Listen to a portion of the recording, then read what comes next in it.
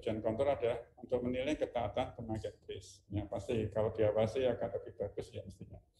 Kemudian bila perlu ada penyesuaian terapi, apakah brace-nya harus dirubah sudutnya atau kita bisa oke lah kayaknya kemungkinan terjadi relapse akan lebih besar, kemungkinan kambuh besar ya kontrolnya lebih dipersulit lagi.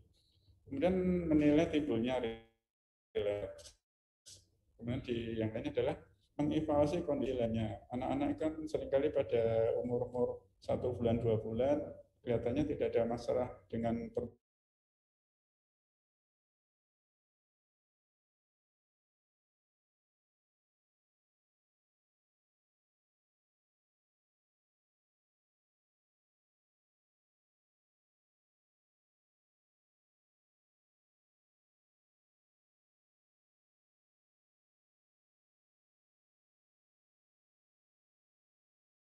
pertumbuhan dan perkembangan.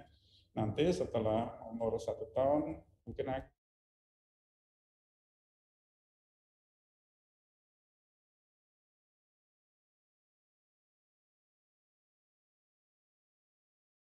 kelihatan ada kondisi-kondisi.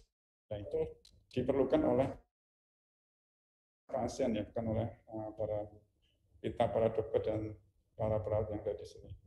Dan satu hal lagi yang mungkin bisa diberitakan di sini bahwa rumah sakit kita ini sedang merintis suatu tim atau klinik tumbuh kembang anak yang terkait banyak dengan ortopedi ya. Oke, ada lagi pertanyaan yang saya perhatikan pergelangan kaki mengecil, tungkanya melengkung, bahaya nggak dok? Ya, kalau kita di sini tungkanya mengecil ini kan memang karena strap pada sepatunya, dan sebenarnya nggak apa-apa, karena sebenarnya tulang itu besarnya seperti ini kaki itu. Yang gede semua, yang lainnya adalah lemak yang ditimbun di bawah kulit pada bayi-bayi. Jadi ini tidak bayi pada umumnya memang melengkung ya, selama lengkungannya normal, karena bayi menyesuaikan bentuk rahim ibu yang melengkung. Kemudian mengapa stressing harus dilakukan? Ya, stressing dilakukan untuk melemaskan persendian ya, dan untuk dalam derajat tertentu memanjangkan otot. Kemudian efek psikologis karena kita menganggap bahwa kontak kulit antara orang tua dan bayi itu akan banyak memberi kebaikan pada tumbuh kembang anak. Jadi tidak boleh diabaikan kontak kulit antara orang tua dan anak. Apalagi ini bisa dilakukan oleh ayah ibunya, pasti secara psikologis anaknya akan lebih baik lagi. Anaknya, kita di sini, misalnya pada sisi yang kiri, waktu stressing kita lihat bahwa sudut dari pergelangan kaki ini sudah mengarah ke atas. Nah, setelah stressing ternyata sudah nggak bisa mengarah ke atas, hanya sampai yang segini aja. Nah, berarti kan sudah mulai proses untuk menuju ke jinjit. Nah, kalau udah kondisi seperti ini, mungkin misalnya kontrolnya masih 2 bulan lagi ya bisa mungkin datang lebih awal untuk mengkonsultasikan ini dengan dokter yang ada. Bagaimana stasiun dilakukan? Saya kira sudah dianukan Dr. Suswani ya. Oke, ini bagaimana apa yang harus saya lakukan agar sukses dalam periode dressing. Yang penting salah satunya tadi sudah dijelaskan Dr. Suswani, penekan saya adalah rutin. Jadi sebaiknya jam buka, jam pakainya itu pada jam-jam yang sudah tertentu. Misalnya biasanya mandinya jam 7 pagi hari, ya sebaiknya jam 7. Nanti setengah 8 persis brace-nya harus dipakai. Misalnya mandi sore biasanya jam 3 sore, ya sudah jam 3 sore mandi, jam 3.30 setengah 4 sudah pakai FAB lagi. Andai kata waktu makainya 23 jam. Demikian juga lamanya pemakaian tiap hari, itu harus sebisa mungkin dibikin pas, karena itu akan menjamin anak itu memiliki jam tubuh yang tetap, yang kontinu, sehingga dia akan lebih mudah atau lebih mau memakai sepatu ini, lebih disiplin. Kemudian selalu dipakai, terutama misalnya keperluan di luar rumah dan perjalanan itu sangat baik untuk dipakai, karena kalau enggak anak akan belajar bahwa kalau tidak memakai dia lebih bebas, maka dia begitu dia dipakai, dia nangis. Kalau begitu dia nangis, kita turuti maunya dengan tidak memakaikan brace, dia akan belajar. Kalau menangis, brace-nya dibuka dan dia akan memakai taktik itu. Kemudian cara yang adalah call friends ya. Jadi ya bisa diskusi dengan teman-teman lain yang memiliki putra yang menderita kelaput. Biasanya kita ada WA grup untuk CTV di RSO, sangat bagus sekali untuk berkomunikasi melalui itu. Kemudian ada tips lain dari salah satu ibu di sini ya, namanya Umu Hafiz. Jadi ya ada unsur kejamnya di situ. Nanti kejam itu harus disiplin betulan. Karena begitu kita sedikit kompromi dengan pasien ya nanti akan jadi masalah dengan itu. Oke, saya lewatiannya karena sudah diinikan. Oh ya, kalau lulus atau lepas dari brace, apakah masih perlu kontrol? Iya, masih perlu kontrol. Jadi kontrolnya adalah pada setahun pertama 6 bulan sekali. Setelah itu setiap tahun sekali sampai usianya 15 tahunan. Karena dianggap pada waktu itu semua kemungkinan relapse sudah lewat. Kemudian apakah relapse? Ya, relapse ada timbulnya kembali kelainan bentuk pada kelaput setelah sebelumnya sudah diperbaiki atau dikoreksi secara menyeluruh dengan metode Bonsetti. Nah, tandanya apa? Ya, yang kalau relapse ini adalah jinjit atau kaki memuntir ke dalam. Tadi sudah diperlihatkan Dr. Susoni, jadi kalau bisa berjalan pada anak yang sudah berjalan ya, itu kalau berjalan cenderung memakai telapak kaki sisi yang bagian luar. Itu salah satu tanda dini. Pasti tanda-tanda lain sebaiknya dikonsultasikan dengan dokter yang menangani. Penyebab relapse ya patuh ya 80%, pada yang tidak patuh 6%. Kita lihat bandingannya 80% pada mereka yang tidak patuh. Dan memang ada kemungkinan akibat ketidakseimbangan otot kaki. Ini pada relapse yang muncul pada bayi yang masih pakai brace ya. Udah rutin dok pakai brace-nya tapi masih ada relapse ya, mungkin terjadi ketidakseimbangan otot kaki yang penyebabnya belum kita ketahui. Tetapi kemungkinan ini amat sangat kecil.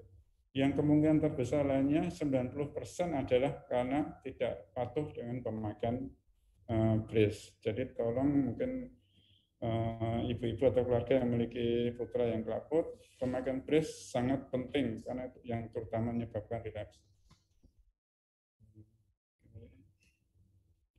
Saya kira itu yang bisa saya sharing pada ini. Terima kasih atas partisipasi dan perhatian para partisipan semua. Semoga Allah yang Maha Suci dan Maha Tinggi senantiasa merestui setiap upaya kita untuk menyembuhkan dan meningkatkan kualitas kesehatan anak-anak Indonesia. Wassalamualaikum warahmatullahi wabarakatuh. Saya kembalikan ke moderator. Terima kasih. Waalaikumsalam warahmatullahi wabarakatuh. Terima kasih atas paparannya yang cukup lengkap sekali dari Dr. Anung. Karena ini memang sesi menjawab pertanyaan ya, memang kita membuat satu sesi khusus untuk menjawab pertanyaan-pertanyaan yang sebelumnya. Jadi untuk hari ini kita juga hanya akan memilih sedikit pertanyaan-pertanyaan yang akan kita jawab, kemudian yang nanti sisanya selalu akan kita catat dan akan kita jawab di sesi-sesi pertemuan berikutnya. Mungkin kita akan memilih 2 pertanyaan untuk tiap-tiap pembicara ya, dok ya. Yang pertama untuk Dr. Siswarni, dok, izin saya mau menanyakan, ada tadi yang menanyakan bagaimana cara melatih anak untuk mulai jongkok, dok, pada pasien-pasien CTV ini, ketika dia sudah mulai boleh untuk melepas sepatu dan melatih anak untuk jongkok. Sekalian dok, untuk pertanyaan yang kedua, ada anak yang mudah lelah saat mulai belajar berjalan. Ini pada anak CTV juga dok, dengan sudah memakai FAB kemudian belajar berjalan tapi sering mudah lelah. Kira-kira gimana cara penanganannya dok, dan tips and triknya gitu.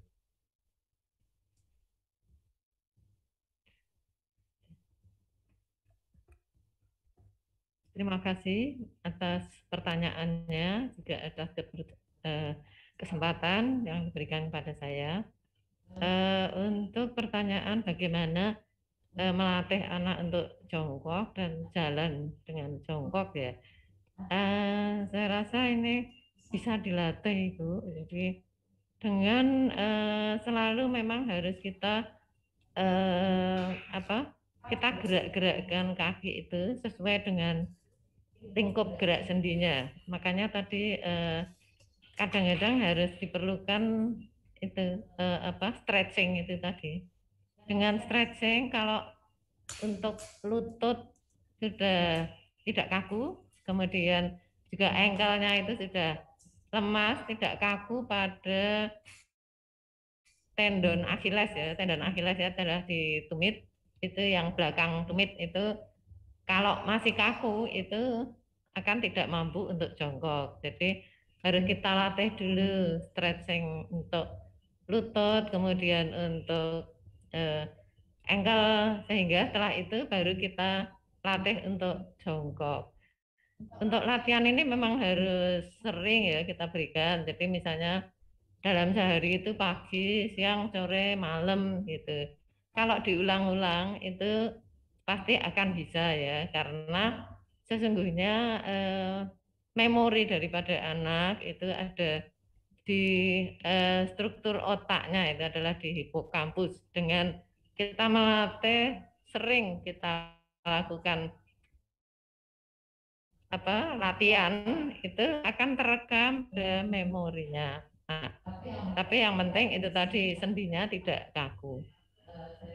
Saya rasa gitu mungkin ya. Ya, terima kasih. Assalamualaikum warahmatullahi wabarakatuh. Baik, Dok.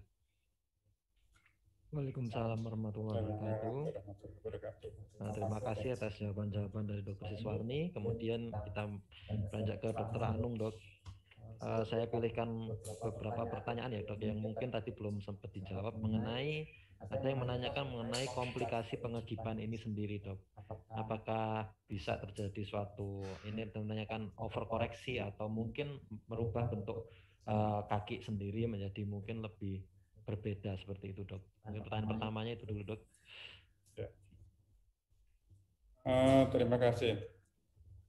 Jadi komplikasi pertama yang paling luar ya, komplikasi karena penekanan yang tidak tepat atau molding tidak baik. Jadi bisa terjadi vaso necrosis kalau penekanannya terlalu kuat atau terlalu keras, atau misalnya pada pasien-pasien yang di spina bifida, kita harus hati-hati betul pada waktu melakukan molding. Jadi membentuk kaki dengan baik itu ada titik-titik tertentu yang harus ditekan supaya terjadi koreksi. Apabila penekanan pada titik tersebut terlalu kuat, maka akan terjadi vaso necrosis atau luka yang akibat tekanan.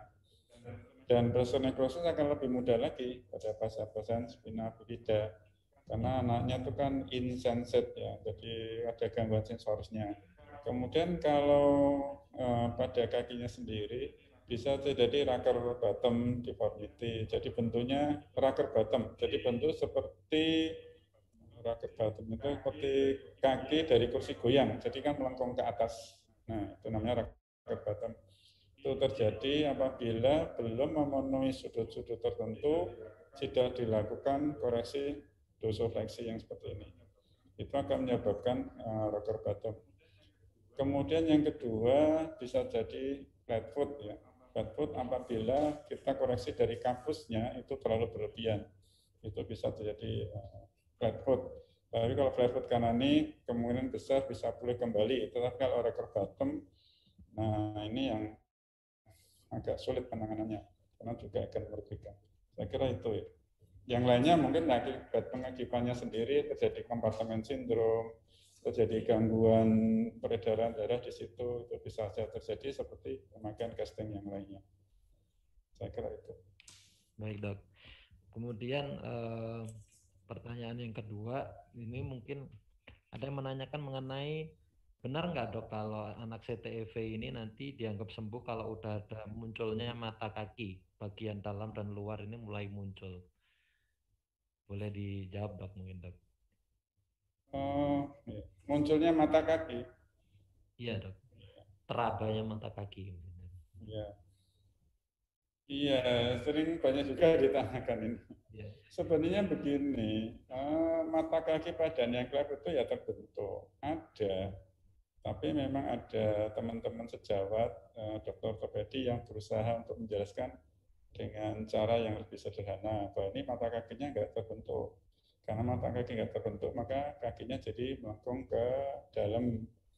Nah, kalau misalnya kita akan casting, kemudian kita selesai casting, hasilnya bagus, sudah terkoreksi, dipasang brace, tujuannya adalah supaya mata kakinya terbentuk. Ini salah satu cara yang edukasi yang bagus juga menurut saya. Tetapi sebenarnya mata kaki tetap terbentuk. Bahkan ketika dilakukan pemeriksaan MRI misalnya atau CT scan yang dari Pirani itu juga disebutkan bahwa pergelangan kaki itu tetap terbentuk. Cuma karena tadi tarikan otot tertentu, maka tulang-tulang kaki di bagian depan itu memuntir ke arah dalam dan melengkung. Jadi mata kaki sudah ada sejak lahir, tidak ada kelainan di mata kakinya. Cuma di kaki di sebelah dalam, di sebelah depan dari mata kaki itu yang bermasalah. Ya, tapi itu bukan edukasi yang salah menurut saya, itu cara yang baik juga. Biar ibu-ibu juga lebih taat, biar itu mata kakinya belum terbentuk, itu artinya koreksinya belum bagus gitu.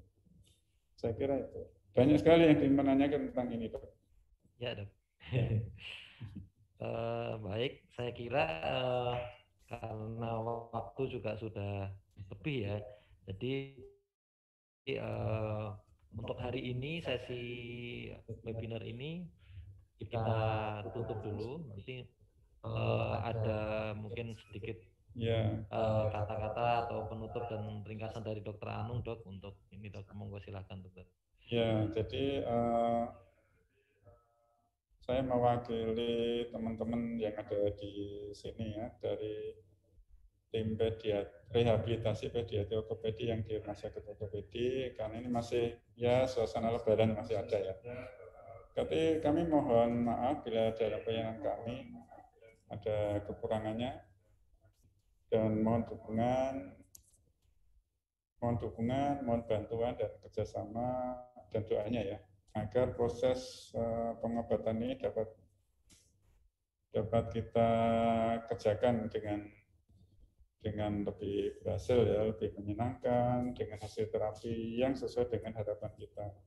Jadi penting sekali kita mengadakan adanya dukungan ya, bantuan dan kerjasama dari para pengasuh, para ibu, pada ayah dari pasien-pasien kita, agar tadi proses terapi dapat berjalan lancar dan menyenangkan dengan hasil terapi yang sesuai dengan harapan kita. Dan semoga Allah yang Maha Suci dan Maha Tinggi senantiasa merestui setiap upaya kita untuk mengobati anak-anak kita dan menyehatkan anak-anak Indonesia. Dan semoga kita semua mendapatkan kebaikan dan kesehatan dari Allah SWT. Saya kira itu yang dari saya. Silakan Dr. Hendra, moderator. Baik, terima kasih, Dok, atas semua partisipasi para peserta serta semua pihak yang sudah membantu kelancaran hari ini.